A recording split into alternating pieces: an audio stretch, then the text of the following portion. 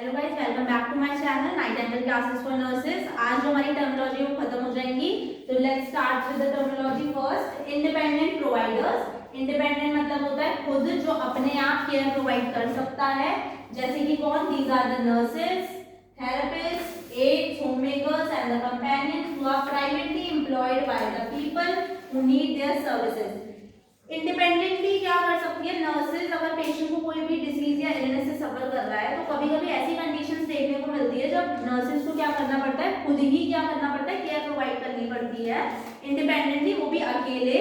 आपको उसमें क्या हो जाता है, एकदम से वो क्या आ जाती है, एक तरीके से सर्कमस्टेंसेस ऐसे आ जाते हैं, जैसे कि बोल सकते हैं रोड ट्रैफिक एक्सीडेंट हुआ है तो एक नर्स कैपेबल होती है कि वो पेशेंट को क्या करे, उस टाइम पर सीपीआर दे। तो वो क्या कर रही है, इंडिपेंडेंटली एक लीडरशिप का काम कर रही है, जिसके अंदर वो क्या करती है, पेशेंट को देखती है, असिस्ट करती है, देन उसके बाद सीपीआर प्रोवाइड करती है।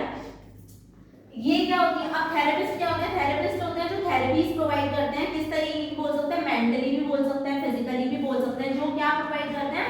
थेरेपिस्ट मेनली क्या प्रोवाइड करते हैं, एक तरीके की थेरेपीज प्रोवाइड करते हैं जो क्या करती है, डिसीज और इलनेस को रिड्यूस करने का काम करती है। थेरेप्यूटिक, जो मेडिकल कंडीशन से पेशेंट सफर कर रहा है उस कंडीशन को रिड्यूस करने का काम करती है।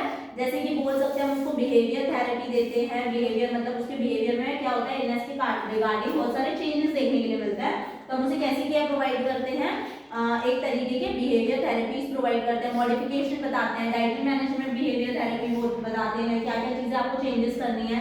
तो ये क्या करती है, इंडिपेंडेंटली प्रोवाइड करती है थेरेपिस्ट भी। एड्स होकर जो भी चीजें जरूरी होती है पेशेंट्स के लिए, ऐसी बहुत सारी चीजें होती है जो हमें क्या करनी पड़ती है, खुद ही पेशेंट को अप्लाई करवानी पड़ती है।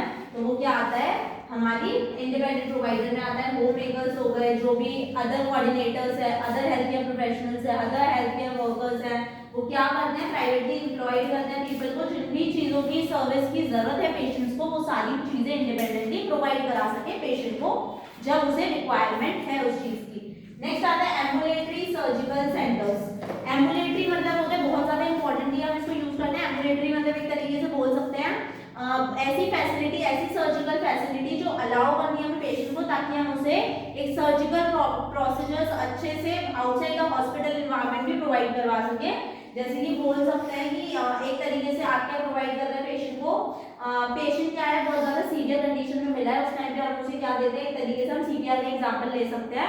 सीपीआर में हम क्या प्रोवाइड करते हैं, उसे ऑक्सीजन प्रोवाइड करते हैं, mouth to mouth oxygen provide करते हैं। तो वो क्या मतलब एक तरीके से वो क्या हो गया, आप हॉस्पिटल के बाहर उसे क्या प्रोवाइड करते हैं, एक तरीके की रिक्वायरमेंट प्रोवाइड कर रहे हैं, पर वो सर्जिकल में नहीं आएगा। वो क्या है, वो उस नीड के टाइम पर उसको जरूरत थी तो हम उसे क्या दिया, हमने उसे ऑक्सीजन प्रोवाइड किया।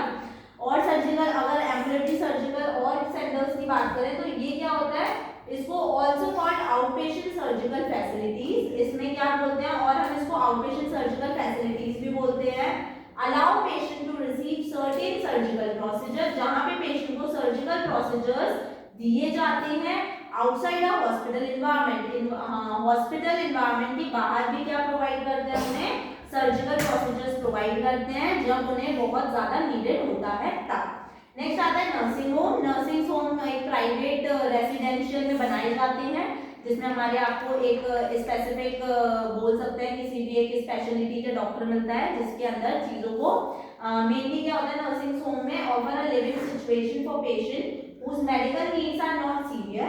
एक पेशेंट है बहुत ज्यादा सीवियर नहीं है, पर वो घर पर भी हम क्या नहीं कर सकते, उसको क्योर नहीं कर सकते, उसे हॉस्पिटल की नीड है, तो हम उसे कहाँ लेके जाते हैं, नर्सिंग होम में लेके जाते हैं, जहाँ पर उसकी जो बहुत ज्यादा एकदम से चीज दिखाई है उसको हम क्या कर सके, रिड्यूस कर सके।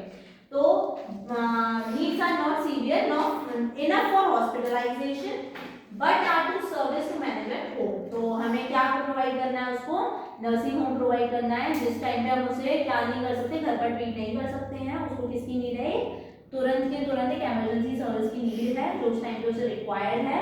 इतनी भी सीवियर नहीं है कि उसे हॉस्पिटलाइजेशन करना पड़े, पर हम कहाँ जा सकते हैं, नर्सिंग होम में जा सकते हैं, जहाँ पर एक बेसिक केयर प्रोवाइड की जाती है।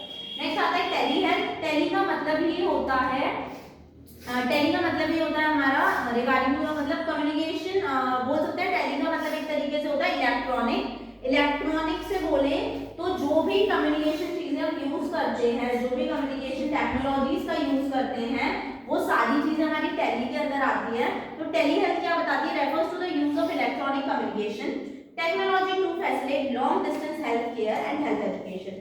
इसमें हम यूज करते हैं इलेक्ट्रॉनिक कम्युनिकेशन, बोल सकते हैं हम पेशेंट के रिगार्डिंग की बात करते हैं तो क्या करते हैं, व्हाट्सएप पे डॉक्टर्स को रिपोर्ट्स भेजना हो गया, इमरजेंसी में नाइट में क्या करते हैं डॉक्टर को वाइटल्स सेंड करते हैं पेशेंट के। तो ये सारे जो कम्युनिकेशन होते हैं जब लॉन्ग डिस्टेंस में होता है कोई, अब अचानक से डॉक्टर नहीं आ सकता और पेशेंट को भी इमरजेंसी है तो हम उसकी अपडेट क्या कर सकते हैं, व्हाट्सएप के थ्रू व्हाट्सएप के थ्रू डॉक्टर को प्रोवाइड कर सकते हैं और उनसे क्या बोल सकते हैं कि हमें बता सकते हैं कि आप और क्या इमरजेंसी चीजें हमें करनी है उसके रिगार्डिंग, हेल्थ के रिगार्डिंग, हेल्थ केयर प्रोफेशनल्स। तो ये किसके अंदर आता है हमारा टेली हेल्थ के अंदर। तो आज की जो टर्मिनोलॉजी थी वो पहली थी independent providers, ambulatory surgical centres, nursing homes and telehealth. Next हम चैप्टर को स्टार्ट करेंगे कल से। आज के लिए बस इतना ही। Thank you for watching. अगर आपको मेरा चैनल अच्छा लगे तो ज़्यादा से ज़्यादा शेयर करें, कमेंट करें और ज़्यादा से ज़्यादा लाइक करें।